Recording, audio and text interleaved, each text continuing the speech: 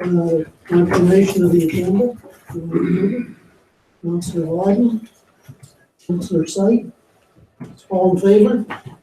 Carried. Disclosure of pecuniary interest, if any. None noted. Moving to the consent agenda. Councillor Knott. I do have a couple of questions. I'm happy to move it, but I'd like to go through a couple of points. Moved by Councillor Knott. Seconded by Deputy Reeve Campbell. Okay, Councillor Knott, if you're ready with your questions. 4.2.1 in the finance report, Donna has stated that they're going to bring forth proposal to delegate approval request under $500 to staff. I have a bit of an issue with that, and I just wanted to state that up front, that when we look at that, we had decided the council would approve any and all donations, and I really think that actually putting it, you're delegating that authority to staff, maybe putting them in a bad position. And I'd just like to say, I'm not in approval at this point in time, before we even go ahead with it. That was one of my questions. Second one, I'm going to skip. Unless anybody wants to address that. Does anybody else want to make any comment on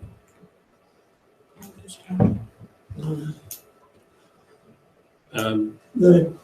I personally questioned that, but yes, it was. I think it was in a move to speed things up, because we debate the small stuff sometimes way too much, but so that anything that came through in the list that had previously been given donations under 500 would automatically get lumped in and under this motion for this. Deputy Reeve? But as council, we're still the ones responsible for those donations that are being given. Yes, And this could be done without anything else having any say. that's right. Councillor Syke? So until a request comes from the director, this is just an information notice, but you know what? We present the budget. So we approve budget. If we approve the budget based on a limit of that is what their authority to do. If we're giving them $1,000 or $1,500 and that's what staff's required to do, that's what their only approval limit is. I don't know if that's the case. All I'm hearing is what the $500 request. If there's parameters that we as council can put in place that allow the staff to have that flexibility, we ultimately approve the budget. So if we can stop the debate of those small amounts by giving them authority to do certain things like that, it's up for discussion. In my position, I think. But again, I don't know based on what the thought process from Donna and her staff are from regards to this. So until we see something on what the recommendation is, as it reads right now, I don't know. But I think there's opportunities that we can do as council to delegate an amount of money that says if these are amounts, here you go. But we need to understand what that limit is. We need to do discussion purposes of what the process is. So until then, that I think we just move on until we see that process. Councillor Knott? I was just going to say that technically speaking, there should be no requests anyway, because we did state that in the budget we wanted all requests for donations in by November 1st so they could be included in the budget. There was no provision at that time, if I remember correctly, for a discretionary amount later in the year. If it was anything after November 1st it was requested would automatically be rejected. So it's kind of a moot point in one way. Councillor Syke? I understand, Councillor Knott. However, this conversation is at November 1st is the request. That request is not automatically approval. So they can send in a request on November the 1st and it sits till the budget gets passed. It's not approval, it's not automatic. So this conversation about us allocating funds for a budget, whether we're gonna do it or not, that's a budget discussion about how much donation money is gonna be allocated, if any. So the conversation is, yes, I agree with you, after November 1st, it's a moot point. But if they're in on November 1st, there's no guarantee. So I still say there's a process that needs to be established here that could alleviate some of the conversation that we had at council from the committee or from the public on the discussion, the deliberation of our budget. They were not very impressed with the length of the discussion we had for donations. So I think I think for me, it's wait for process and understand what they're looking for. And after that, we talk about it more then.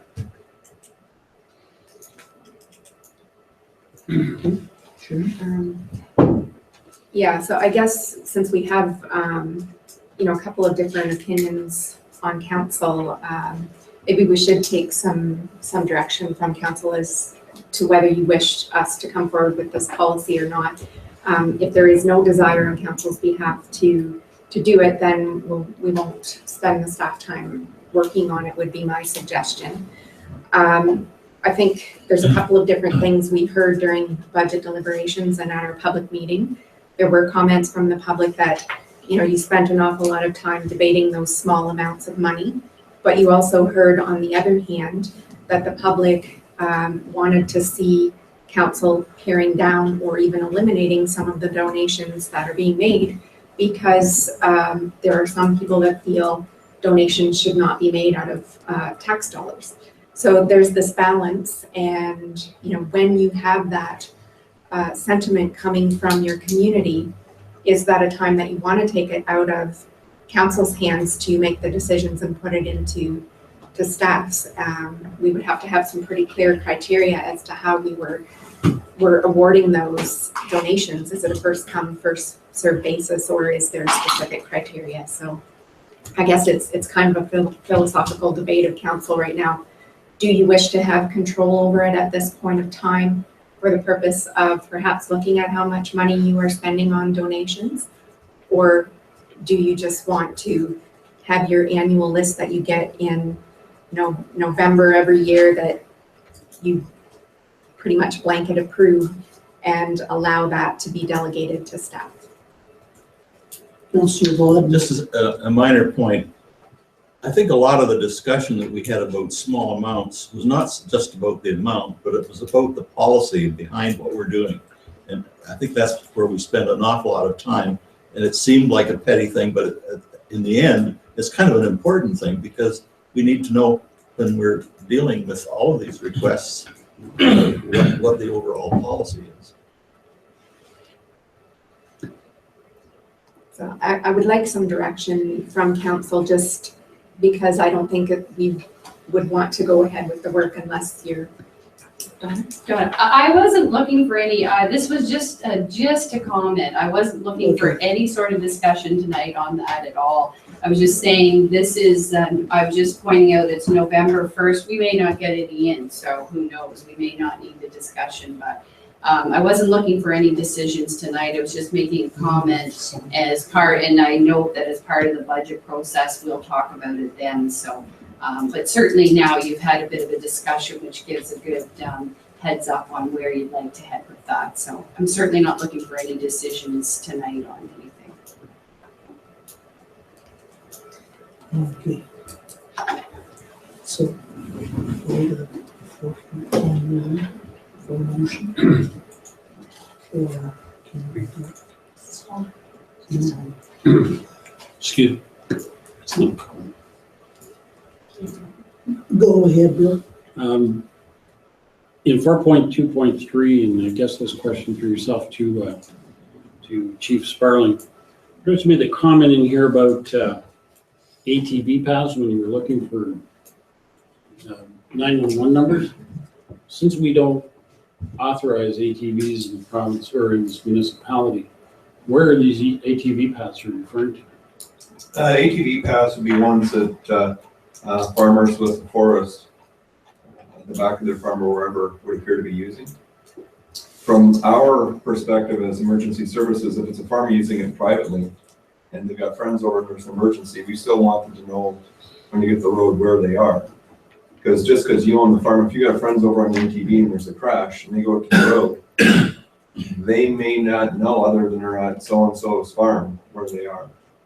So these aren't formal paths, but these would be paths that are pretty clearly used by a farmer or whoever owns the land. And you can see where they go in and out of their forests. So they're not really official Oh, no, they're not. entry exits. These are just ones you've identified as getting a lot of use. Yeah, and when you go down these roads, there some paths are pretty clearly used by property owners.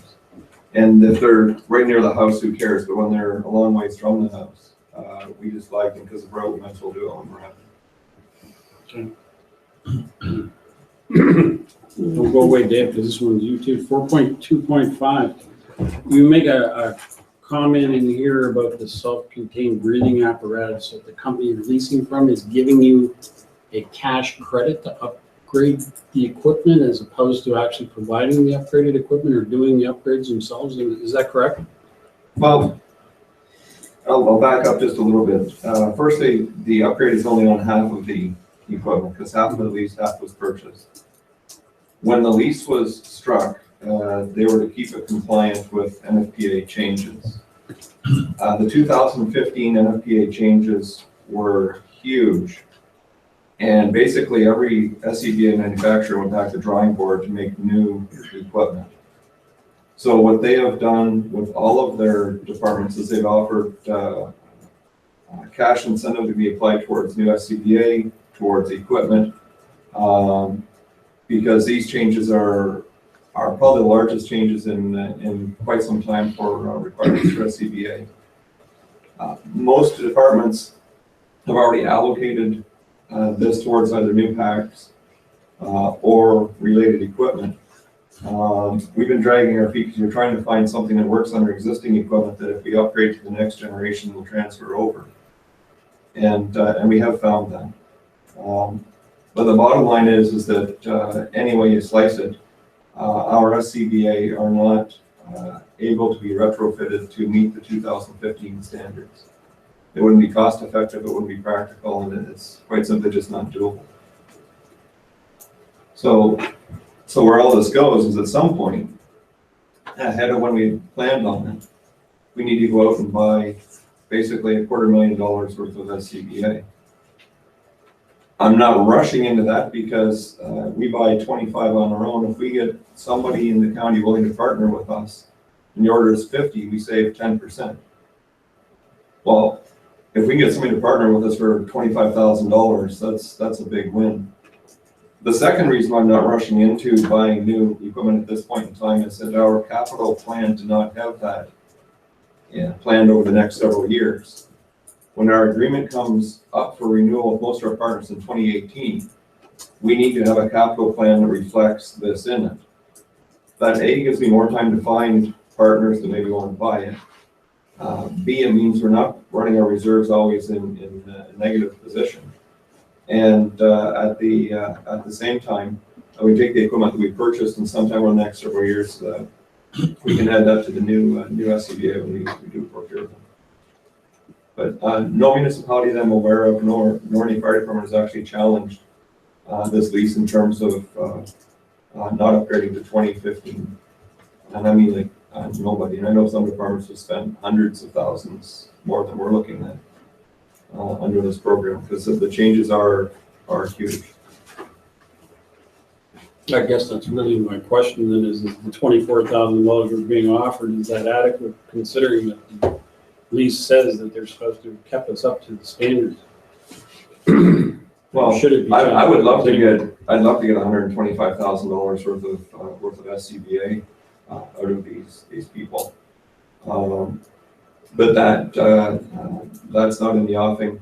The lease is not actually from the SCBA company. The lease is by a leasing or finance company, which makes it a little bit even more difficult to chase it to the end. But as a chief, I'm disappointed that our SCBA didn't get a full 15 years.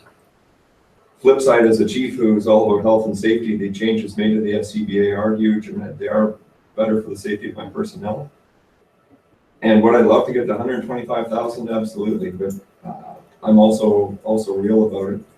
And when I have departments that are many times larger than mine that are walking in and signing off on this deal without protest, I would suggest that we're hard pressed to do otherwise.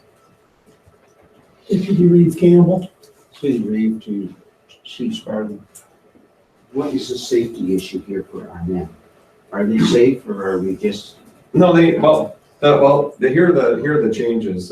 You've all heard firefighters with bell ringing on their air pack because they're getting low on air. It used to go off at 25%. It now has to go off at 33% left in the cylinder.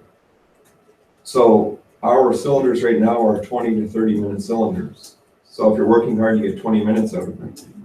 The rule is now is 1/3 of your air in, 1/3 of your air to get back out, and then 1/3 in case something goes wrong. That means for our firefighters going into a building, they've got 7 minutes to go in and 7 minutes to get back out. All the new SCBA now are going to longer duration cylinders, so they've got 15 minutes in and 15 minutes out, so you can actually do something when you get there. So this isn't just the air packs, it's the cylinders that get changed. Second thing is that the air packs we are right now, when we go to communicate, it's often muffled and unclear. Another one of the changes is that you have to have face pieces that have been redesigned that are clear to hear somebody talking on it. Third thing is that if a firefighter gets injured, they want to be able to connect up to another cylinder brought in by somebody because they're finding firefighters get trapped. They might be there for 45 minutes and need to be able to hook up other cylinders to keep them breathing. So what we're using this funding for is actually that an interconnected system. And we'll transfer that to the next SCBA. So at least we're getting that for our personnel immediately. And then the last thing is the face pieces are more resistant to heat and damage than they were in the past. So we've had failures to the face piece. Am I confident with our safety now? Yes. Is this miles ahead of where we are? Absolutely.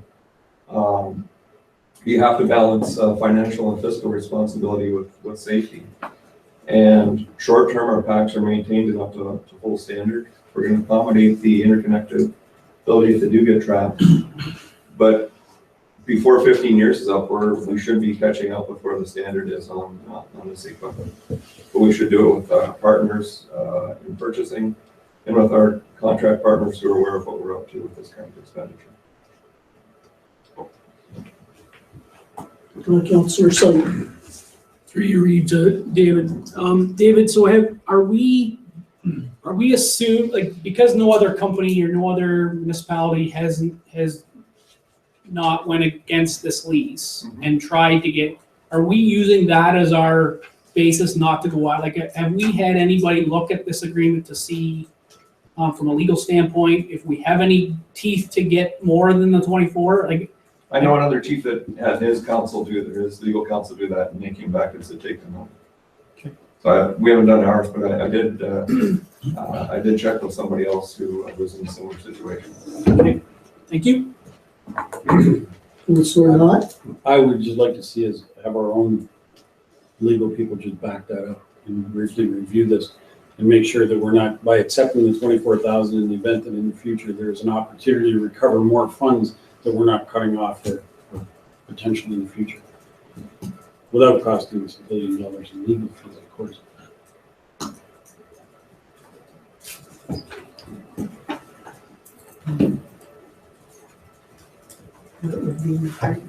Council like to direct us to seek a legal opinion. I guess I could look at the documentation on it. I haven't actually seen that, David, so with respect to the changing of standards, so we can have a look at it and see whether there's anything warranted. Do you need direction for that or just? I think we will have a look at it and see whether it would be warranted and then sort of make a judgment and come back and let you know. No, thank you. Okay. Thank you. Okay. I had All in one fa- more, but I think, I'm just gonna say, I had one more, but I think it was in the correspondence, but I think it's gonna be addressed later on. For the lady from the bot, correct? Yep. There she is, Yep, okay. she's here. She's here, so we're good. That's great. I'm fine, thank you. Okay. All in favor of the motion? Carried.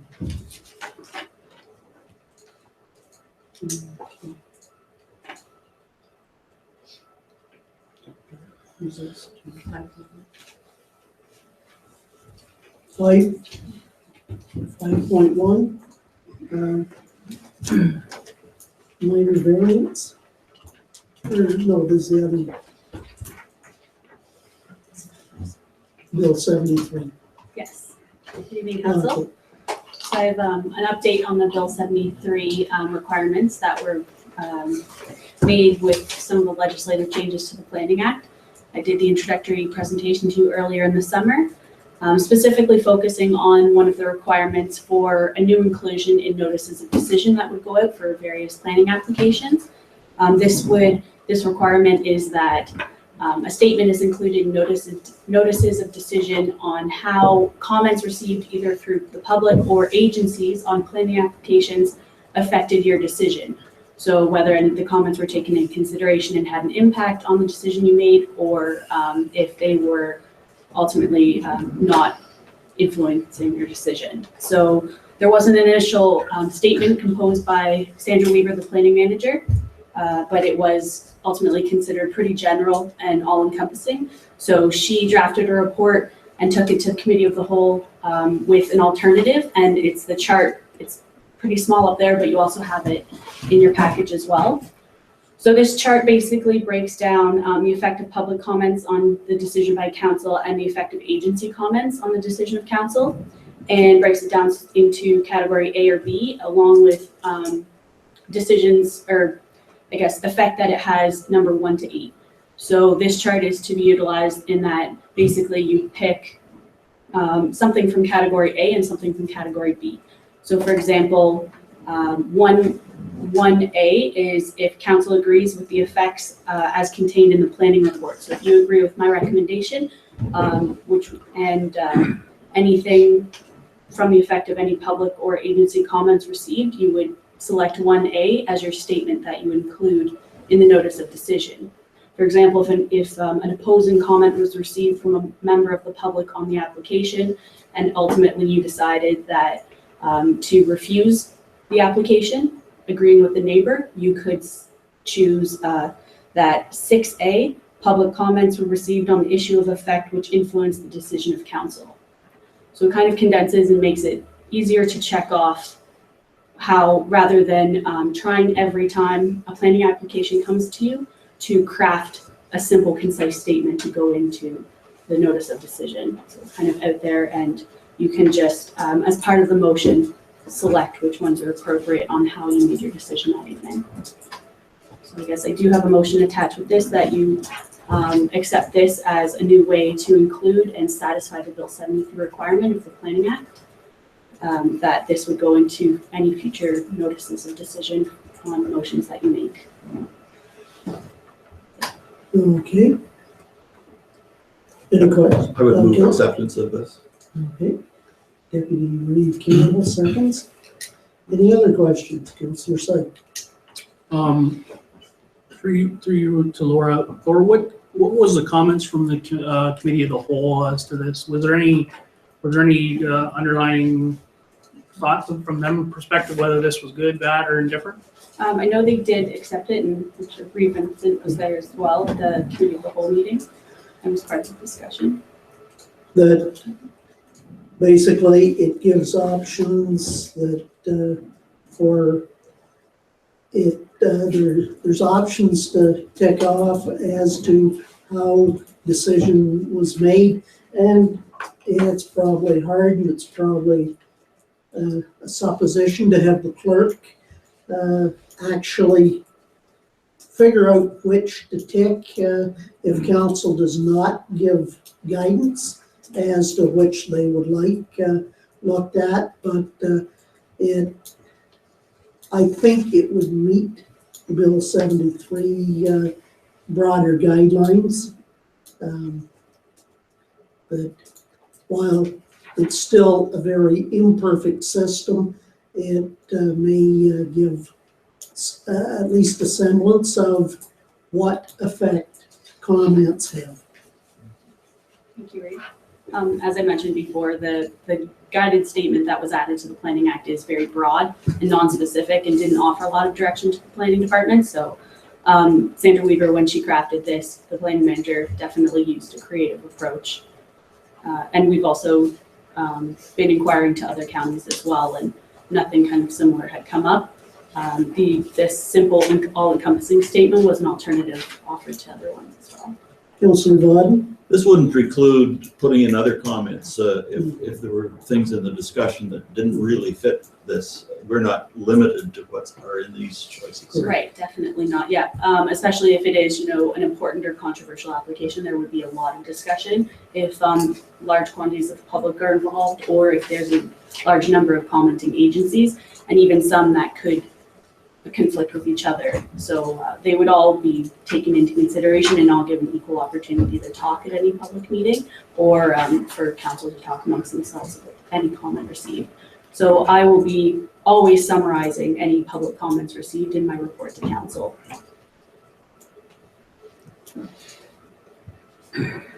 Anything further?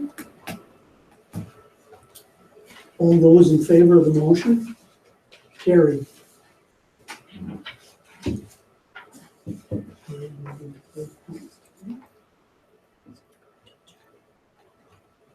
Okay, we will adjourn this part of the council meeting to move to the Committee of Adjustment. And need a motion for that. Councillor Syke, Councillor Knott, all in favor?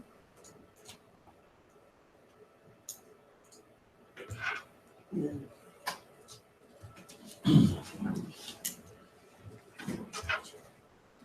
Okay. I call this Committee of Adjustment meeting to order.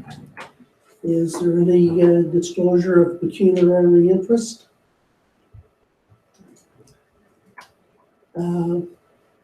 Motion to accept the agenda. Councillor Hallahan, Deputy Reeve Campbell. Committee of Adjustment Authority. The Council of the Corporation of the Township of North Huron enacted bylaw number 2013, authorized the appointment of the full council to form the Committee of Adjustment. Hence, it is by the authority of bylaw 2013 and the Planning Act, RSO 1990, as amended, that this Committee of Adjustment shall perform its responsibilities. Is this different? And 5, appoint Secretary Treasurer. The Council of the Corporation of the Township of North Huron hereby enacts the bylaw authorizing the appointment of the clerk as the Committee of Adjustment Secretary Treasurer.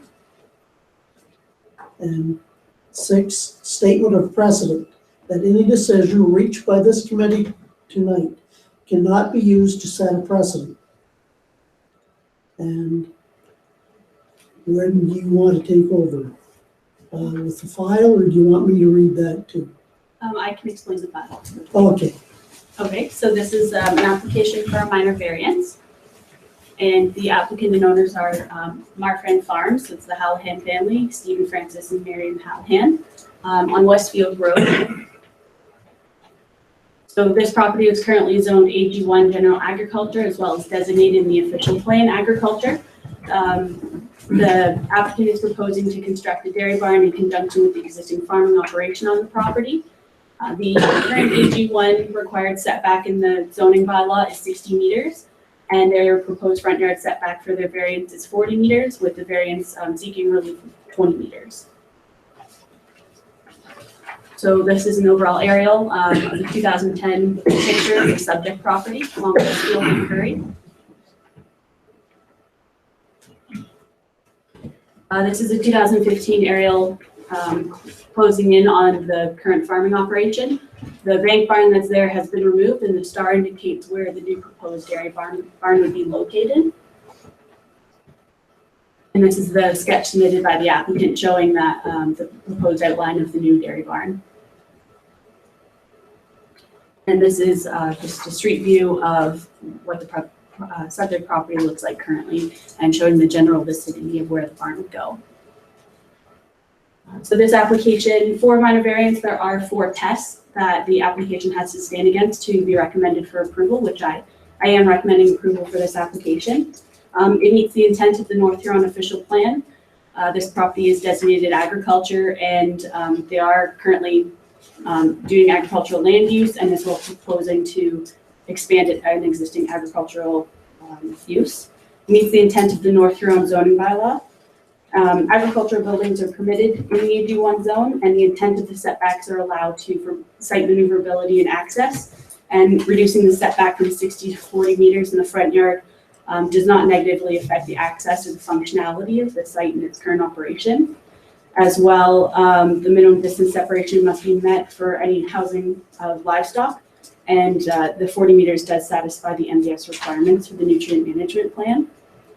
It is desirable for the appropriate location. So the proposed dairy barn would be partially in the same area as a former bank barn, and would place it in close proximity to the other buildings, and as well reducing any amount of viable farmland that could have been reduced if the barn was located further out into the field.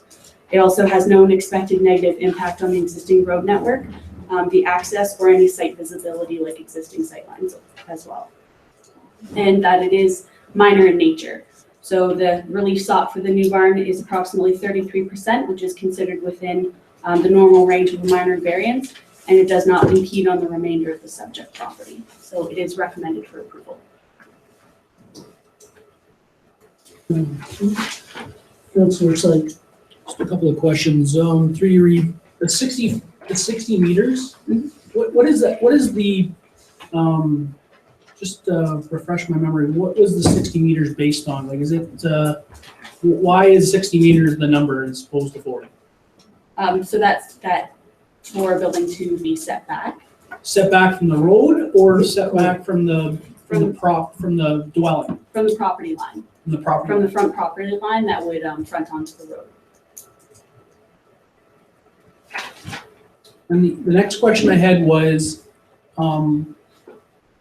does that distance or this proximity to the dwelling have any effect on potential water issues or anything like that based on the proximity to the dwelling? That would have been covered in the applicant's nutrient management plan. And Good, thank you. Kate. It's for any comments from any of the neighboring properties. No comments were received during the circulation period for this application. Any other question now, Laura, or after we approve this? The question has come up whether or not we can issue a temporary permit for them to go ahead and start. Do you want to speak to that, or do you want me to go into a building inspector?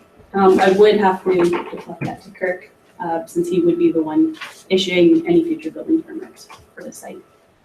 Okay, so I don't have any concerns issuing a conditional building permit pending council's approval tonight for the minor variance. So if that approval is sought, I would meet with the applicant and we could start the conditional permit process. Maybe we could implement it so that footings and foundations could proceed. And then, maybe get ahead of the nasty weather if we do have cold weather coming.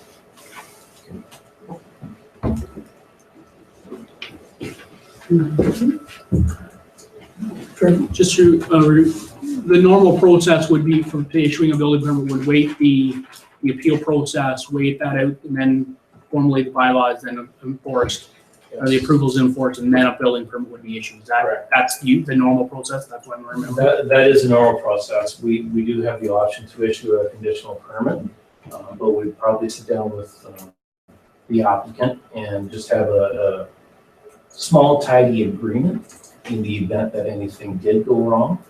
That would be at the cost of the applicant if the site had to be restored or whatnot. Okay, 7.3 is comments of the applicant or agent, Steve or Frank or Marion. Do you want to comment, or do you feel it's been put forward? Well, I feel it's been brought forward what we were concerned about We just didn't know about this setback when we did our nutrient management strategy and did our plans. And to move the barn or anything else, it just doesn't work for us. And so we just like this minor variance to be approved, and we're within, our house and our shed are still closer to the road. All our buildings are closer to the road than what they should be. But we'd kind of like to continue on just to build on to the setup that we do have. That it fits in with the rest of the buildings. Yeah, that fits with the rest of the buildings that we do have. Okay, thank you. Is there anybody else present that would like to comment?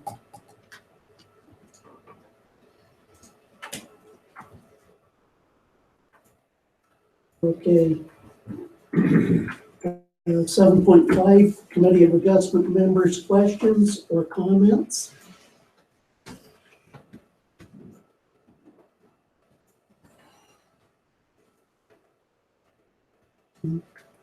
Basically, I would say that this is returning a dairy barn at least to a big part of the footprint of the previous bank barn, so that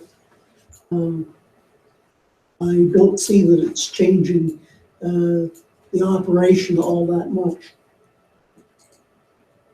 Okay. Do we have a recommendation to council from the Committee of Adjustment? I'll make that motion to approve it. And Councillor Hallahan seconds it. Any further discussion? All in favor? Carried.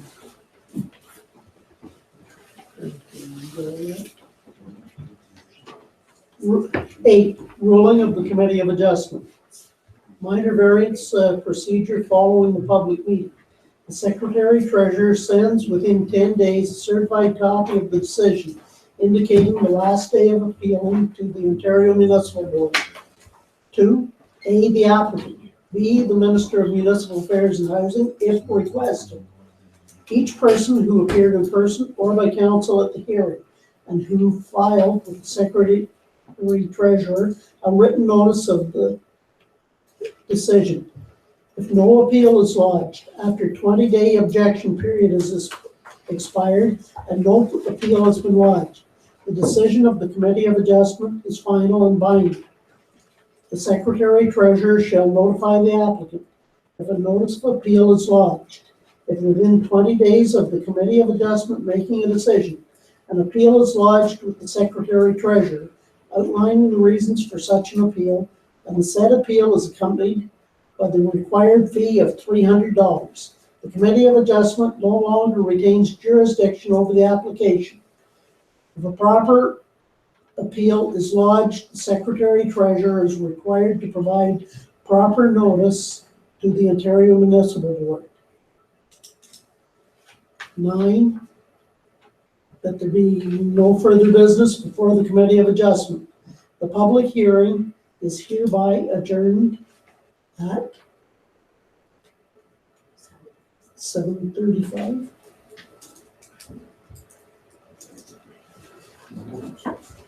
Motion, Councillor Syke and Councillor Smith-Aninga. All in favor? Carried. Thank you.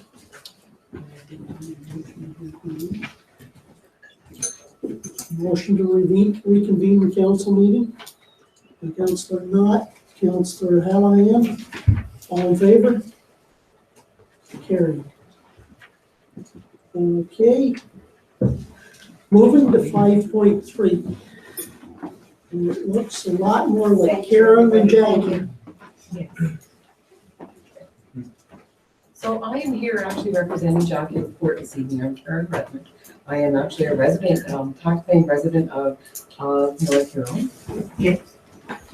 And Jackie unfortunately had work commitments that took her out of the area for tonight, so she asked if I would represent her at the presentation tonight. So this presentation is actually on behalf of the residents in Central Huron, North Huron, and ACW. So I am qualifying this for Jackie, sincere apologies for her lack of attendance at the September council meeting. She can only beg forgiveness. She had mistaken the date of the meeting and was busy getting ready for staffing and displays at the Outdoor Farm Show and International Plowing Match and Rural Expo. I can actually vouch for that because I had Jackie with me up at the IPM. I am landscaping chair for the IPM for 2017. And I know that she was very occupied and she felt very bad about missing the presentation. Please accept her apologies and be assured that there was no disrespect intended. This issue is very important to Jackie and to the residents of the village. Otherwise, she would not have put so much effort into it to this date. So what is a dog park? An off-leash fenced area where dogs can run freely in the community setting. It is not a kennel. It is not a longer-term housing where animals can be left unattended. So being aware of that. Why a dog park? Looking at the pros, first of all, promotes responsible pet ownership, gives dogs a place to exercise safely, reducing barking and other problem behaviors, provides seniors and other owners an accessible place to exercise companions, provides opportunity to enhance use of the park facilities. Some of the cons to be aware of: should not be used as a substitute for regular walks for animals. People should know that the dog's tolerant for other dogs when entering the park in groups. People must clean up after their pet, and people must ensure that their pets are vaccinated to prevent transmission of illnesses. They need to be spayed or neutered. That would be the ideal. Being aware of that. So statistics that Jackie took into consideration as she was preparing this. By our estimates, there are approximately 45 dogs in the village, and I'm sure Jackie and I sat at the corner a few nights at our end of the corner, counting dogs going by to see how many dogs walk every night. Central Huron sells 13 dog tags in Auburn, and so essentially a rough estimate was for ACW and North Huron roughly equal, okay? So being aware of that. The proposal is that the dog park would be located at the site of the Auburn Hall behind the Ball Diamond. Fenced area of 2 runs with a double gate, sized appropriately for easy maintenance, looking at grass cutting, posted sign with dog park rules, garbage can for waste, surrounded by native trees and shrubs for aesthetics. Recommendations of animal control. Jackie did spend a lot of time and research before we came to this piece. Must have a double gate so that dogs in the park don't escape when new dogs enter. Okay, so double gating entry. Should have 2 runs with a small dog and large dog separated runs. Must have a bag dispenser and garbage can. Must have a sign with rules of use, and must use a fencing type so that dogs don't get their heads caught. So we're accounting for every size of dog. Okay. Preferred location would be behind the left field of the Ball Diamond. And the final decision is not yet completed based on discussions with residents, animal control, and public works, and that is referring to Central Huron. Okay. Grass cutting, ideally the size, shape, and location of the dog park would have regard for whoever was responsible for cutting the grass in the field. Currently, the grass is cut by the municipal staff and a contractor. Partner funding and resources.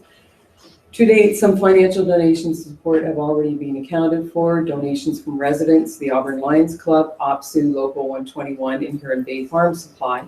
Commitment by Central Huron and ACW to assist with cost of installing the posts. Fencing to be done by volunteers or through donations. There is currently a request on the table for the Auburn Horticultural Society to donate native trees and shrubs from Maitland Valley. And we are looking at certainly the native trees and shrubs because we're accounting for any inference that would impact the drain and the septic systems that are currently existing. And although we have not had a vote on this request, I would certainly believe that our membership from the Hort Society will support this expenditure. We have a fairly healthy account and we've worked really hard to build our account, and this would fit keeping Ontario beautiful. One of our mandates. So in-kind resource includes labor to help install the fence or sign, empty garbage can on a regular basis, plant trees and shrubs around the site. And Jackie has certainly come up with signage, certainly dog park rules, which are important. We need to be very clear. And I'll be honest with you, that is hard for me to read. And I will just leave this, each of you have this presentation on your iPads as well. Okay, so looking at certainly our entry sign, looking at please shut the gates and reminders, please scoop the poop, dog park signs, making sure that people know the appropriate route to get into the dog park, that we're not walking through other private property to access it, because that could be an issue. Jackie really tried to look at all considerations, okay? And given that we are a 3-municipality village, we all usually try to work together to come to some agreement. So the request of North Huron is that assisting Central Huron and ACW in the cost of installing the cedar posts in the dog park, proportional to the existing agreements for sharing of the costs at the municipal area.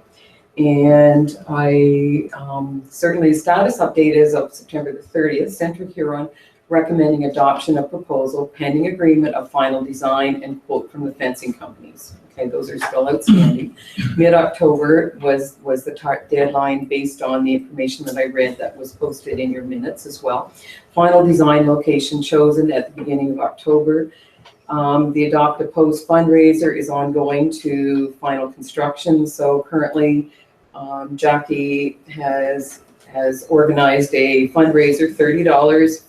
You can have your little metal plate on the post, and live printing.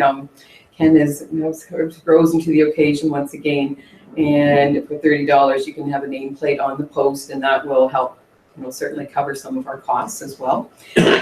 Installation of posts, the goal is by the end of October, fencing, gates, and signs installed by the end of November, and we're certainly hoping with that estimation that it would look at good weather in Huron County for the end of November. Commitment from Jackie as an individual. There is no formal committee in Auburn, only a group of residents interested in seeing the park completed. Most communication is through our Facebook community events page, which is quite active. Each dog park location is different, so exact comparisons or duplicated plans are not possible. Depends on the owner of the land, surrounding land uses, residential or park areas, lighting, accessibility, maintenance such as grass cutting, drainage, and garbage, community groups and fundraising requirements and efforts. And we'll share information with anyone regarding quotes, dog park rules, signage, review of existing dog parks, and fundraising ideas. And certainly what Jackie did as she was researching this is she spoke to organizers from Seaforth, Lucan, and Goderich who have existing dog parks at this point.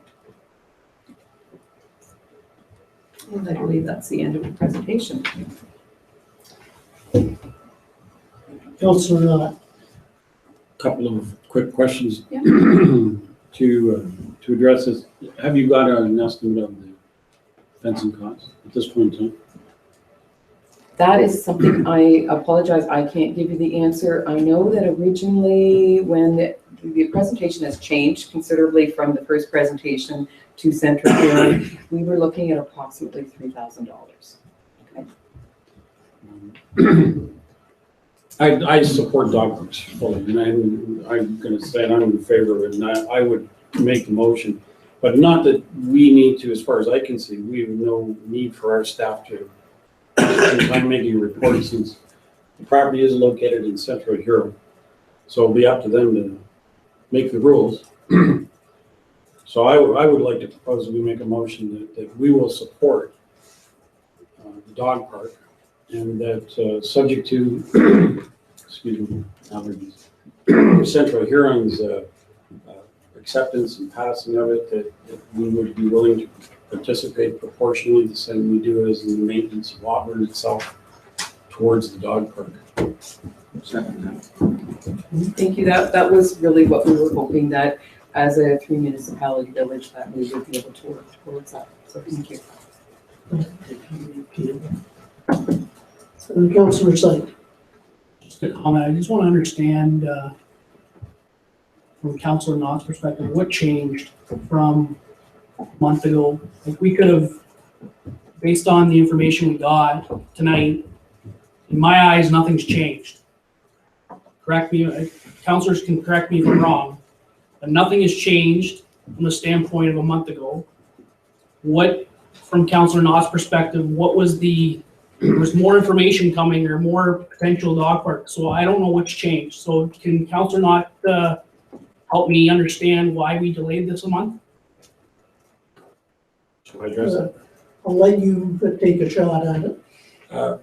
Very simply, at that time, you wanted to put forward a proposal to spend staff time to address an issue that was not finalized at that time about the location of the dog park itself.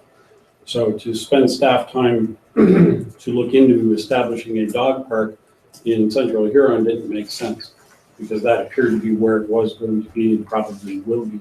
My deferral was simply just to make sure, have them clarify to us what they really wanted from us. They've made a few alterations in here, information substantially the same, and as I said, there's no need for us to spend staff time. That Central Huron will take care of that, and we'll simply agree and support the dog park. So it was clarification more than anything, and not willing to spend staff time preparing a report that wasn't necessary. Okay. Make sense? And personally, I talked to Jackie a couple of weeks ago, and that I do have some 5-foot chain link. While it's not brand new, it is not rusted at all, and whether it could be incorporated as part of the fencing, that I made Jackie aware of that. Okay, thank you very much. Okay, Certainly discuss that with Jackie. all in favor of this motion? Carried. Thank you, Karen. Thank you very much. Take care.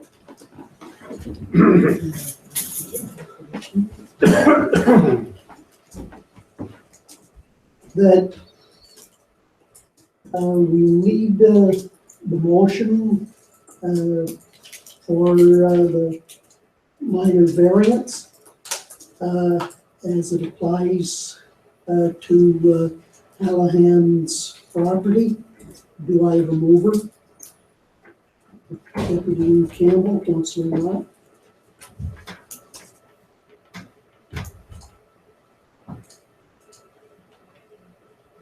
All in favor? Carried. 6.11. Okay, 6.11, the election, 2018 municipal. Richard had a report in the, is there any questions for Richard from that report?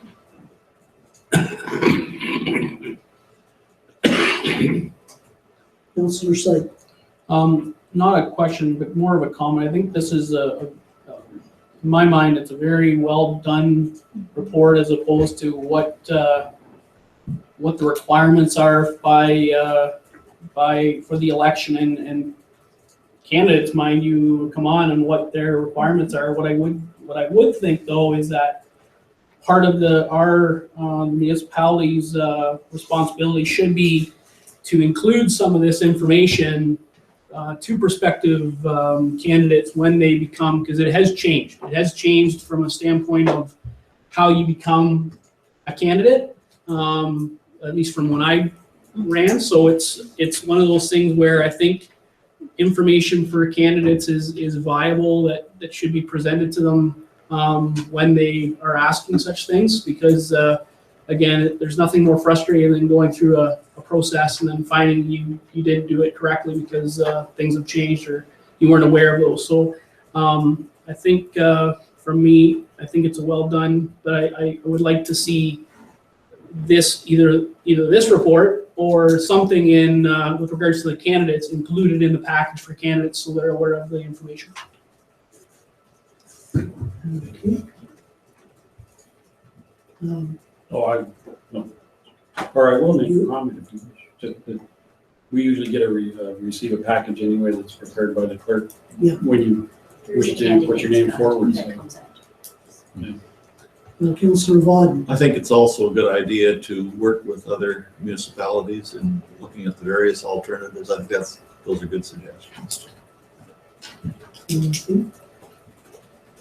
And so that The suggested motion is that the Council of the Township of North Huron hereby receive the Manager of Employee and Business Services / Deputy Clerk's report regarding Bill 181 Municipal Elections Modernization Act 2016 for information purposes.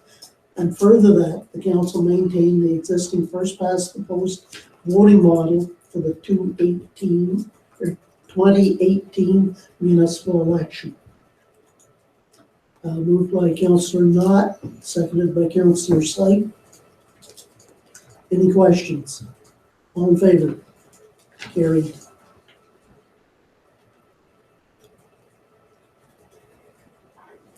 And 6.1.2, the election 2018.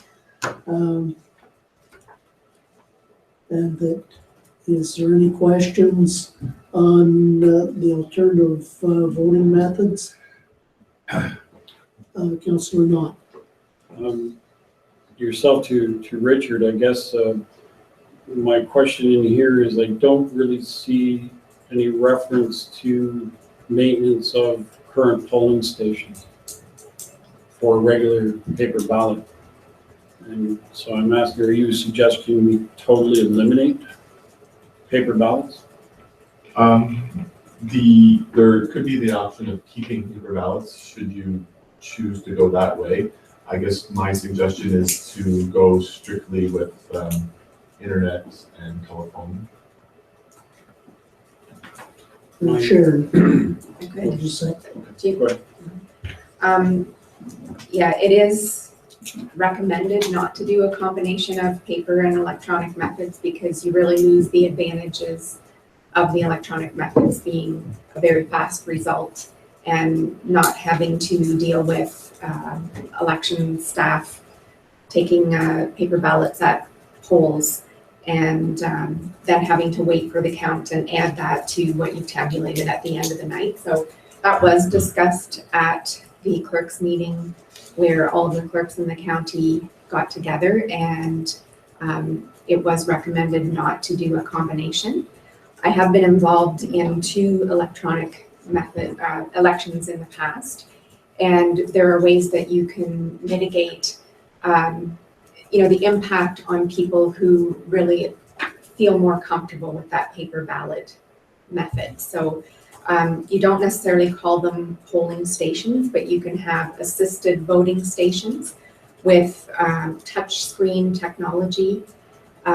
So you could have larger touch screens for people or iPads, and they go behind a privacy screen, and they would, go through the process. It's very much like a paper ballot. They're just touching the screen instead. There are forms there where if someone is having trouble with that they can sign a form to have someone assist them to go through the process.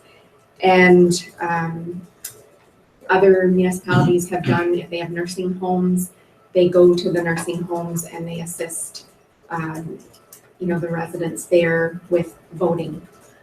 In my experience, we had some hesitancy, I guess, with our older voters, some of them. And I found that at the end of having them come to a polling station and go through the process, they actually quite enjoyed it. They came out from behind the screen and said, that was cool, that was fun.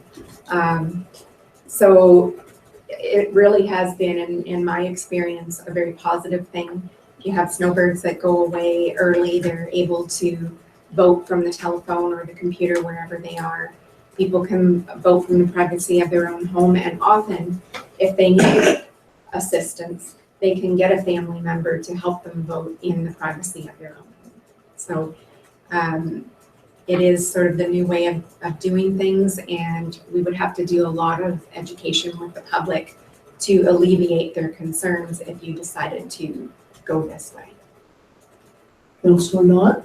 I guess my concern really was with not so much the paper ballot elimination, but the elimination of polling stations. So if we were to create a system, and I believe we should go to electronic balloting, that we do establish these assisted polling stations, and that we do investigate whether or not we need to send someone into the seniors' homes. But I would like to see a proposal where we incorporate those things. I don't want to just see the elimination of polling station immediately. I think that would be I can see the same issues with seniors and so on, and other people who sometimes consider that a social time as well as voting time. So I'd be quite happy to go electronic voting. I think it's a great thing. I think we should have done it before, but I'd like to see those assisted polling stations incorporated into the system. Sure. So that would be written into our policies, which, Richard, do you wanna? Yeah, sorry, I guess I misunderstood you a little bit there, Councilor Knott. So, yeah, that's great. That's the direction that I was thinking as well. Having a kiosk set up, I mean, you can have them set up for a duration of time. You could have one here for advanced polling or somewhere out in the public for those advanced polls. And you could then, on election day, have a few of them set up somewhere for the people who want to actually come in and cast their vote in person. So. Thank you. Councillor Vaughan. There would still be a need for proxy voting, I would assume. Actually, this eliminates the need for a proxy vote then. Really? Because people can get someone to assist them with voting in their own home or on the telephone. So when they fill out the forms, it's not necessarily a proxy vote. If they want an assisted vote, it was a separate form that was someone requiring assistance to go through the process. We had one person that I recall in the last election needed a proxy. It was because of an illness or something to that effect. Mm-hmm. And it was rather complicated because there wasn't a clear route to getting it.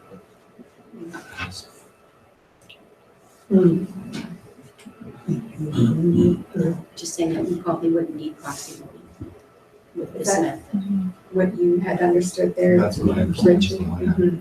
So they would get someone to assist them, either by telephone or that could be happening and we don't know it, right? So there are security measures that are put in place when the mailing goes out. So they would need a PIN number and also a secondary piece of identifying information to be able to log on to the phone system or onto the computer.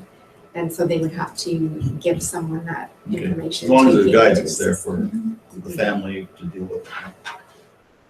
Councillor Singh. Yeah, I'm a proponent for changing the way we do the voting method from the mailing system, obviously from the cost of postage these days. But however, I don't understand.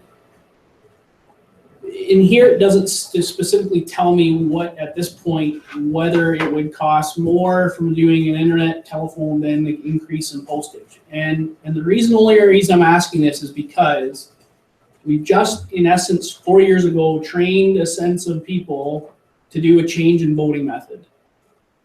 If we decide to change voting methods every 4 years, we could be in a problem where people are just gonna say, leave it let alone. And the fact that it worked fine, we got a good, based on a pack, but communication is gonna be really key if we're gonna change things again, for my mind. But at this point, I just don't know what that cost increase because of postage is. Obviously, we don't know what Canada Post is gonna do with the rates. I know right now they're 80 cents a letter, but I just cautious on changing after you've only done it for 1 year on an approach. And that's only because of the risk of people. Change is not always liked by people, demographic or not. It doesn't matter whether you're old, senior citizens or a young family, it doesn't really necessarily matter. Change is not well liked by a lot of people. And my comment is, let's just make sure we're doing this for the best interests and not just for the fact that it's the technology of the day and let's change it. So that's all, the only comment that I would have. I think it's a great idea in concept. I just don't know if I'm ready to sign off and say, let's do telephone internet only. Sure. I think that technology is moving along, right? So I mean, paper is becoming more and more a thing of the past, paper and manual processes. Our younger generations, this is how they expect to do business. But a lot of our seniors are computer savvy these days too. There will be people who will be uncomfortable with the technology. Mennonite community is something that we would also have to consider. And although we did assist some of the Mennonite community in elections that I've worked in to be able to vote using these methods. So I hear what you're saying. You've just changed to the vote by mail the last time. However, technology does move along, and who knows, one term from now or 2 terms from now, what the new technology or method is going to be. I think this is just being responsive to how people in our community expect to do business these days. Councillor Slate? And I agree with that. I think we need to move with the times. I just want us to be cautious on that fact. And we need to have a very detailed communication plan. Is this how this rolls out? Ultimately, from a voting perspective, the voting list is another totally different ball that we need to get in our head, but the process needs to establish about security. All that type of stuff needs to be documented and keyed, because we got to make sure people understand that if they need assisted voting, you need to fill out this form. And how is that all looked at? There's lots of things on here that that having paper ballots is easy. You have the ballot, everybody comes in, and there's lots of security issues that we need to make sure people are aware of. And we just want to make sure that they understand and communicate it fairly. That I think if we have a kiosk with touch screen technology, I think we should be able to explain that for those that really feel that they need help. And the one thing that I am more concerned about is the voters lists. And I was made aware of today about a property owner that the property changed 10 months ago. They changed the address, but they did not change the property owner in the impact records. So that I think as a council, we are really going to have to promote that people get properly registered into the voters list. And so that can be done in lots of time, and put some extra work into it, because there's a number of things that unfortunately, I'm not sure where it fell down, but the property owner was really ticked off when it was to their address that it was sent, but it was the previous owner of the property that was named as still the owner. So there's still problems with getting registered as a landowner. Brock, you have a question? We had a place in Blythe that wasn't on the list. Wasn't on any list. Presented a real problem. And that for those, we have to get people to look at the lists when they're posted and make sure they're on them. Sure. Yeah, so, the next step would be joining that group in Huron County that would be looking to select a vendor. And I am very confident, and we're very lucky to have Richard on staff. I think he did a great job researching this report. And I do think that he will be bringing further reports forward to you that will be talking about security issues and those types of things. So as we start working with those vendors, Richard will be working with them and making sure that all of those concerns are addressed.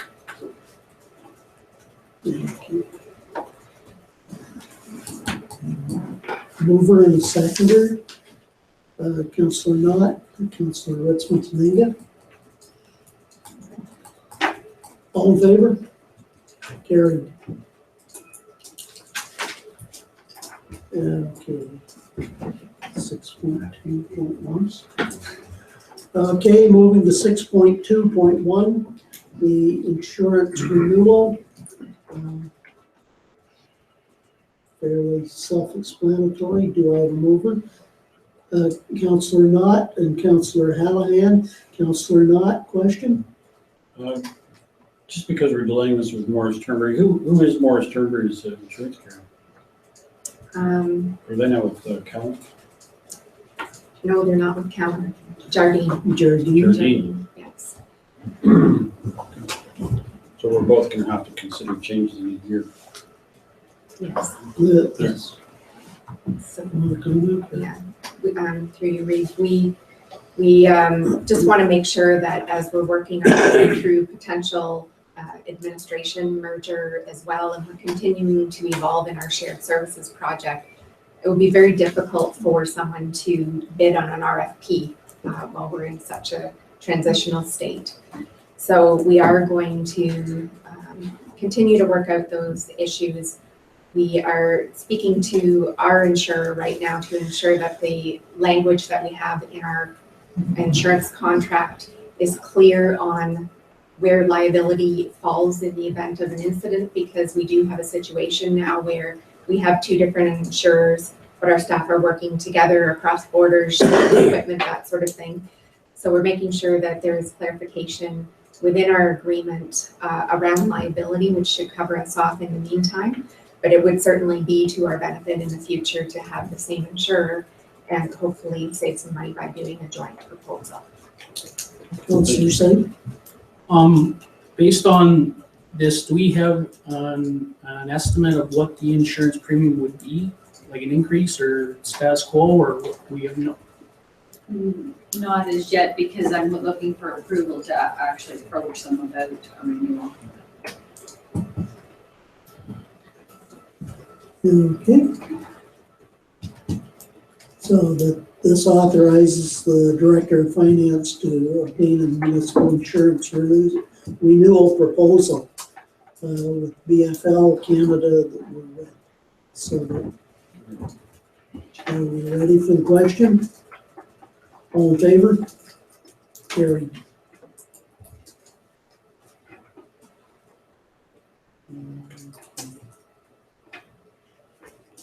Six 6.4.1, Public Works Shared Services.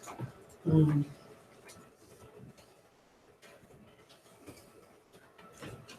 this is to receive the report and further the Council of the Township of Huron hereby adopt the attached on-call, call-in policy and hours of work, banked time, and overtime policy.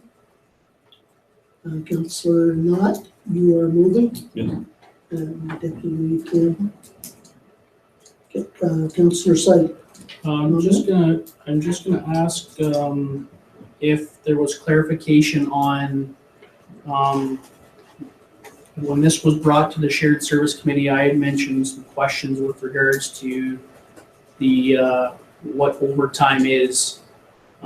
Because obviously it's 44 and 40 or whatever. I just want to make sure if those were clarified that in this report that they follow what we actually treat as based on the department. Mm-hmm. So it's over 44 Okay. is overtime.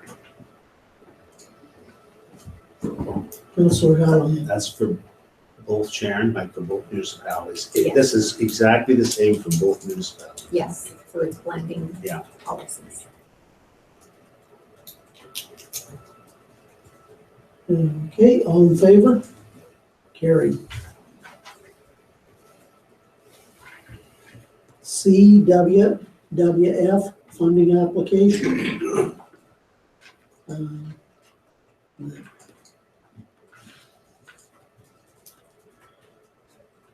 I'll move it. Councillor Slate moves, Councillor Ritzman Dominga seconds. Is there any questions? All in favor? Carried. 6.4.3, live Tim Hortons. Development, you're moving, Councillor Knott? Yeah. Councillor Vauden seconds. Is there any questions?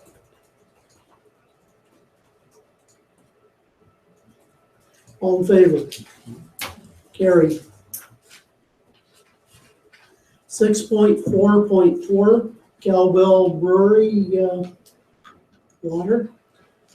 You're moving, Councillor Knott, Councillor Hallahan, Councillor Slate.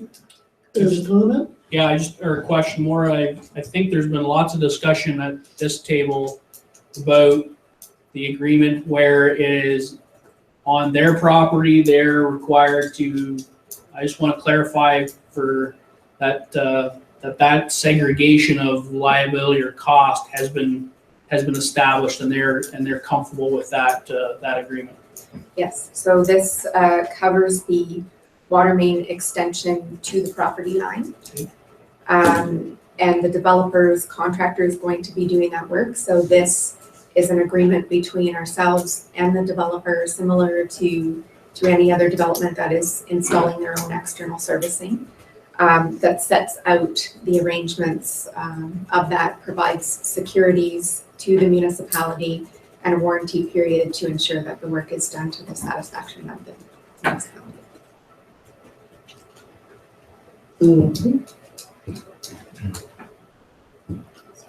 Anything further? All in favor? Carried.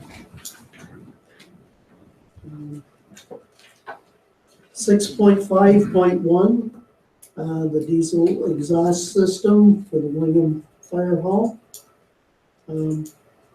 Is there any questions on the report? Councillor Knott? Just through yourself to Dave, do you have a system in there now? No. There is no system at all in here.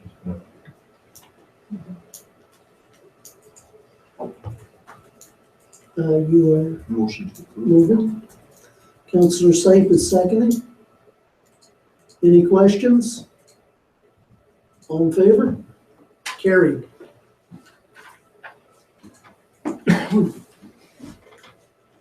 Okay. 6.6.1, the George Agnew Reed, and that, does everybody understand the background to that? Councillor Knott? Question, is this going to be permanent Um, or at least just temporary for the 150? I think it will depend on how well we protect them in those places. That it definitely would require weather protection for them. So what exactly will these replicas consist of? Of some of his famous paintings, But are they just prints or they're just prints? yes. That's- They are prints, but it's fairly detailed on how they would do it, and it's just not on paper. It's into almost like a plastic medium that it would be incorporated with. I suggest they might look at aluminum. You can reproduce these on aluminum now. I've seen that. Yeah. That's fine. I'll make the motion. Okay. Councillor Vauden seconds. All in favor? Carried. Okay, 6.6.2, Central Huron Cross Border Services Agreement. You're moving, Councillor Knott, Councillor Syke. Any discussion? All in favor? Carried. Okay, moving to 7.1, Living Water Christian Fellowship.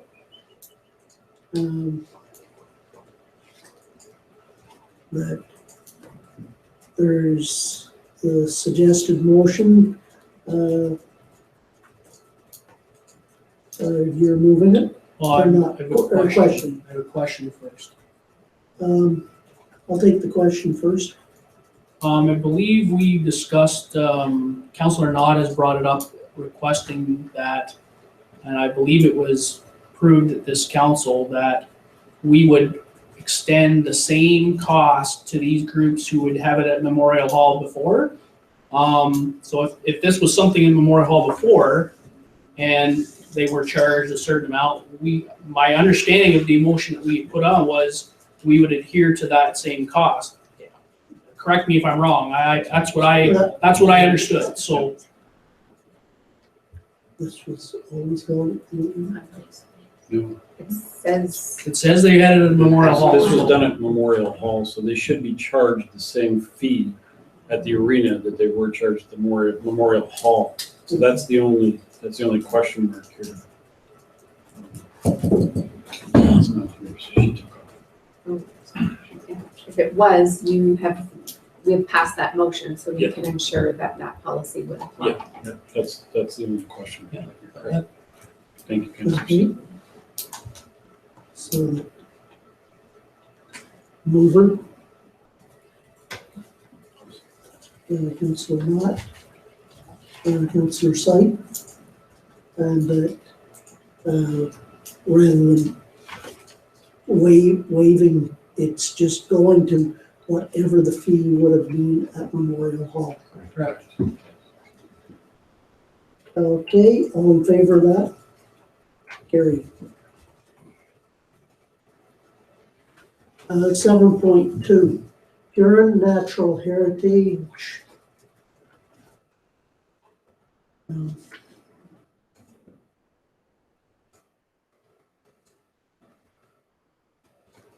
Not sure whether I should leave the chair to comment.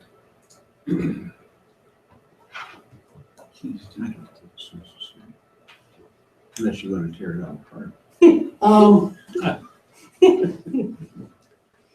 While I admit that I do not own the farm now, but that I did white pine plantations and left spots for building sites in the future.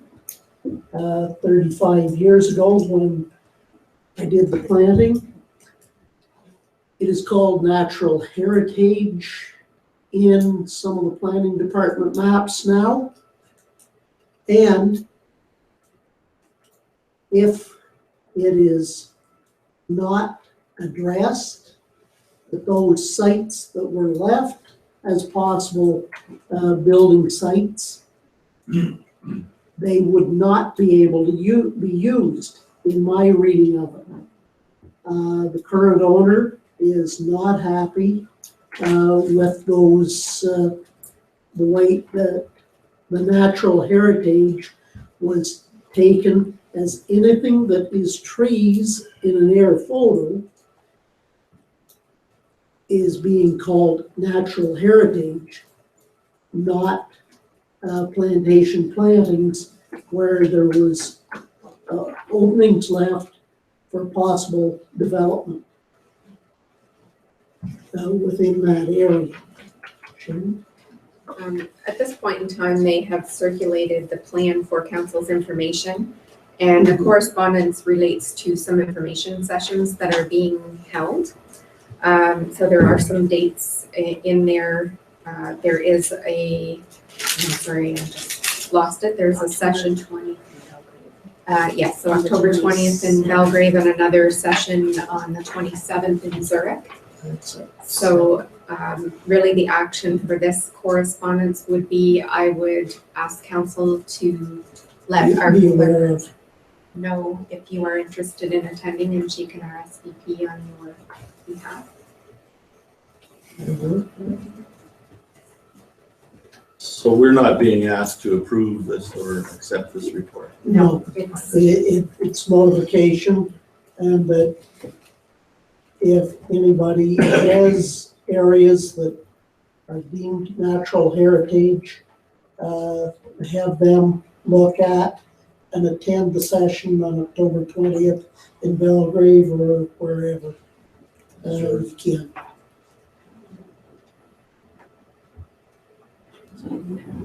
Yes. So the motion is to receive this report. Don't need it. Okay.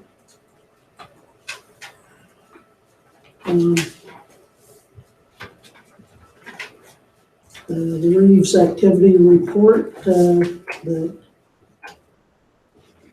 there's a number of things coming up, and that on November 17th, 2016, at the Seaforth and District Community Center, the Huron Manufacturers Association is doing the 2016 Awards of Excellence Gala, and that those that would be interested in attending, and that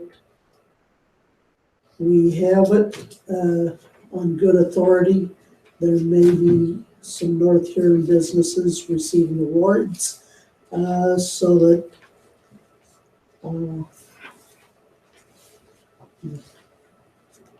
I forget exactly, 38 per person, or is it 280 for a table of 8? If you could let me know you're going to attend that, we could see if we can put together a table for that as well. So that's just for your information, and if you would like to attend, let the clerk know, and we'll go. Councilman Watt? I think we should try to have some representation there, especially if there are local businesses going to be awarded, or I would be willing to go. Okay, Councillor Syed? You can put me on the list as well, thank you. Okay, don't feel you have to make the decision right now. It's the 17th of November. I do need to make the decision now. Yeah. Well, you could wait till the morning, it wouldn't make any difference, but yeah. Okay, thank you. I'll move to 8.2, council members' reports, if any.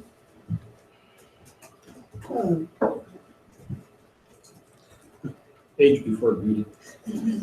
Councilor Brady, did you have something?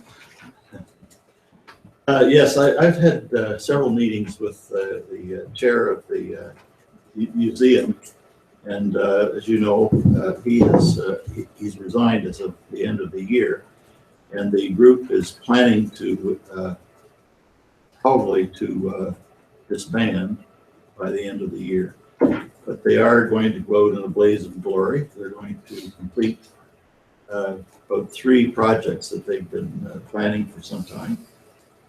And it's quite remarkable what they have planned. They've got a display that's going to be taking place in the stairwell on the walls. They're displaying various ancient tools, like the tools that they used in harvesting grain, and display about the First Nation activity in this area that we know about. There isn't a lot of that, but some planning in that area. They're planning a presentation of secrets of the museum, and they've given me a copy of their that's going to take place on October 28th, 6 to 9 p.m. In the auditorium. They're setting up a display of maps and the story of Edward Farley, a very interesting character in Wingham's history, and also another person, Malcolm Lamont. I don't know that story, but it's interesting. They're going to be involving a number of other activities going on in the next few months. They're planning to be involved with the Festival of Lanterns. There's a library activity as well that Paul from the library is going to be involved with, as well as the storefront competition in Wingham. So they're going to be quite active. Presumably, when that finishes, we basically have no museum program at all. We need to start thinking about what we're going to do in the future, and I know that we postponed the development of a plan until the new year, when things settle down a little bit from all of the merger activity that we've been going through. But it's a very important opportunity that we have to do, that we need to take advantage of. And I hope that council is going to be very supportive of finding a really meaningful program for that facility.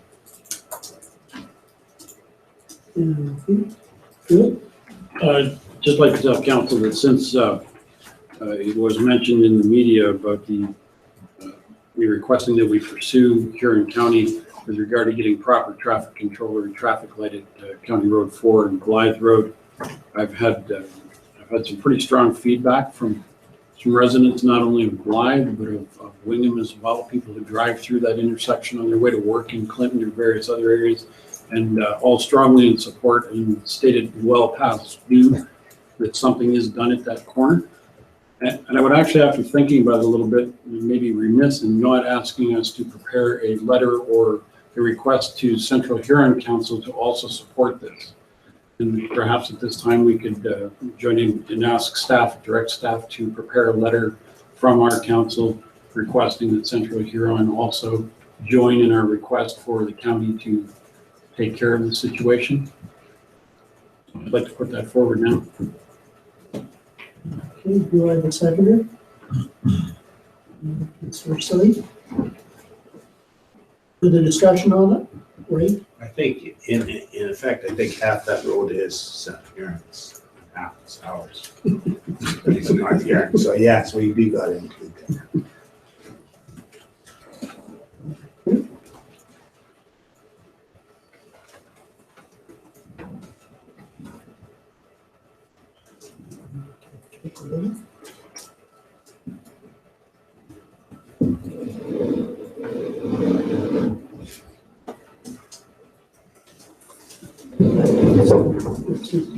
Through you to Bill, are you thinking just a light, or would you also entertain a roundabout?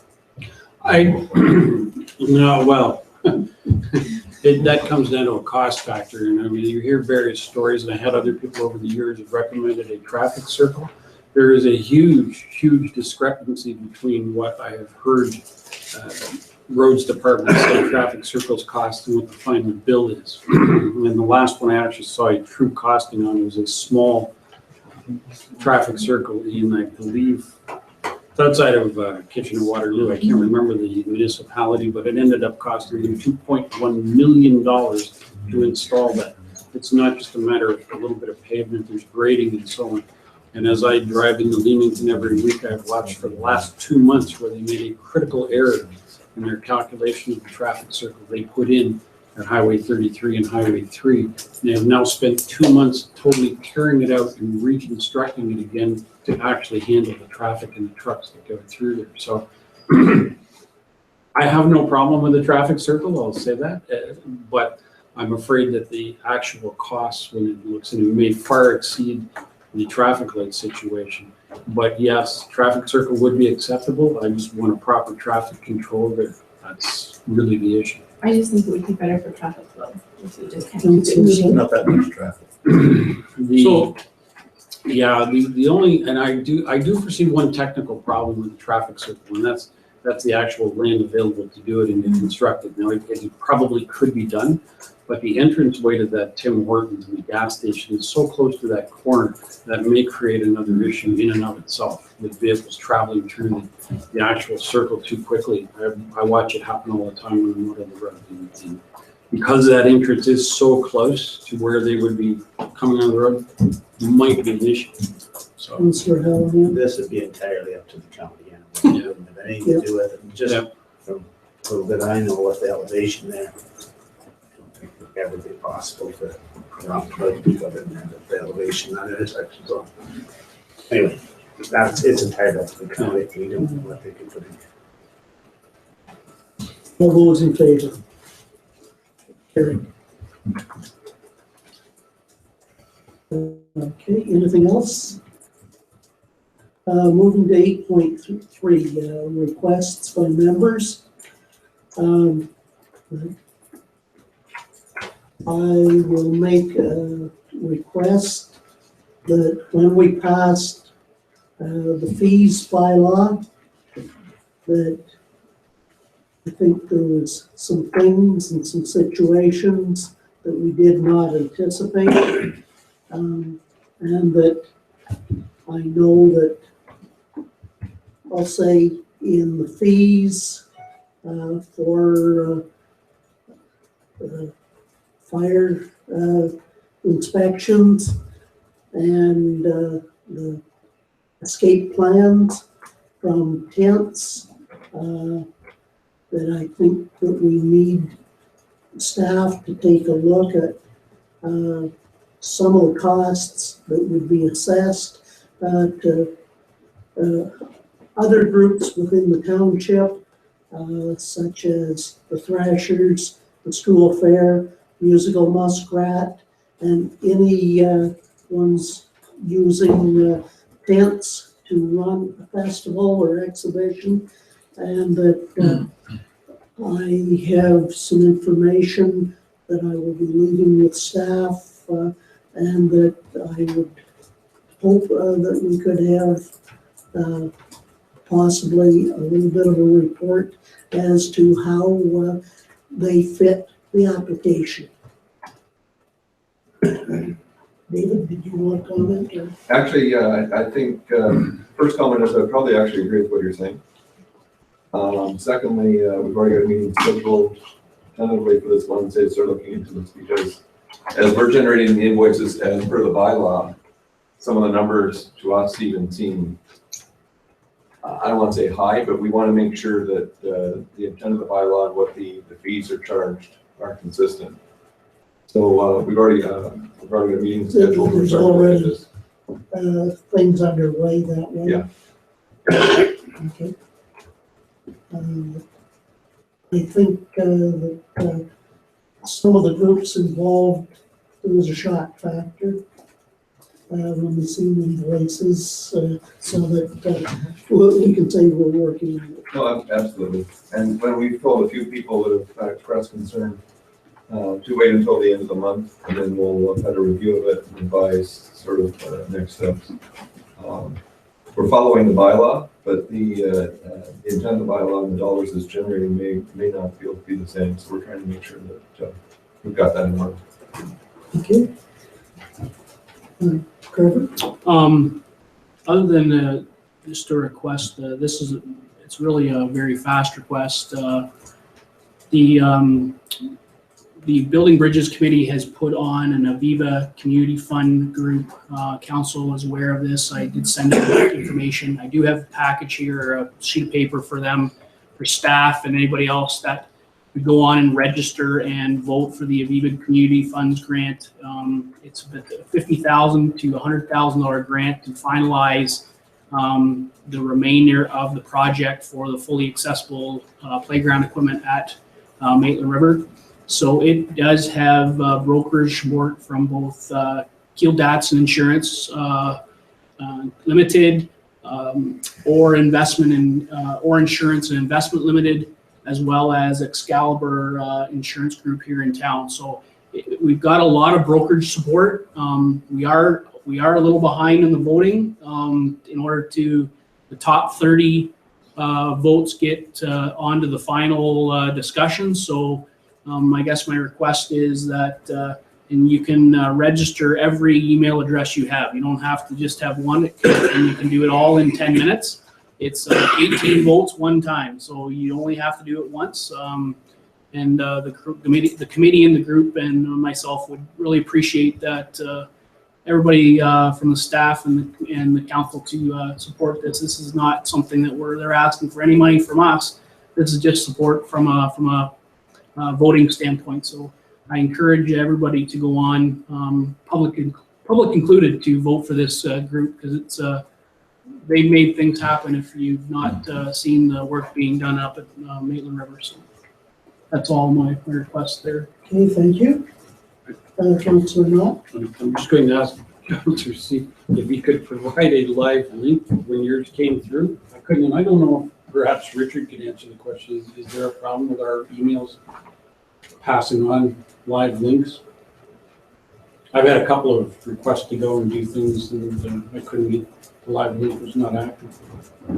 So I will resend it. Yep, email, that would be great, because I Yes. tried a 3 times to do that. Okay, I will resend it. Okay, 9, any notice of motion? Okay, 10, we're moving to bylaws. Bylaw number 83, 2016.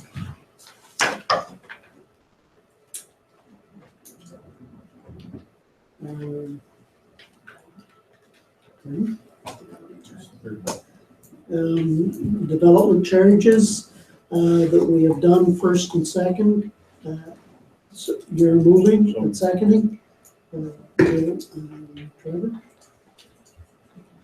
So this is read a third time and signed by the Raven clerk and engrossed in the bylaw book. All in favor? Carried. Bylaw number 94, 2016.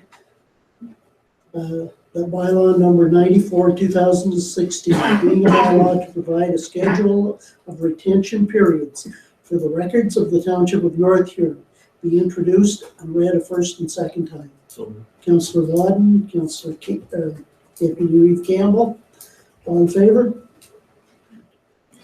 Okay, and the bylaw number 94, 2016, be read a third and final time, signed by the Reeve clerk and engrossed in the bylaw book. Councillor Ritzman-Taninga and Councillor Knott, all in favor? Carried. Bylaw number 95, 2016, being a bylaw to appoint the positions of chief building official, building inspector, and bylaw enforcement officer and property standards officer for the Township of North Huron, be introduced and read a first and second time. Councillor Hallahan, Councillor Wadden, all in favor? And that bylaw number 95, we read a third and final time, signed by the Reeve clerk and engrossed in the bylaw book. Councillor Syke, Councillor Knott, all in favor? Carried. Bylaw number 96, 2016, being a bylaw to authorize the Reeve clerk to sign on behalf of council an amending agreement for refuse collection and blue box collection between the Township of North Huron and Waste Management of Canada Corporation, be introduced and read a first and second time.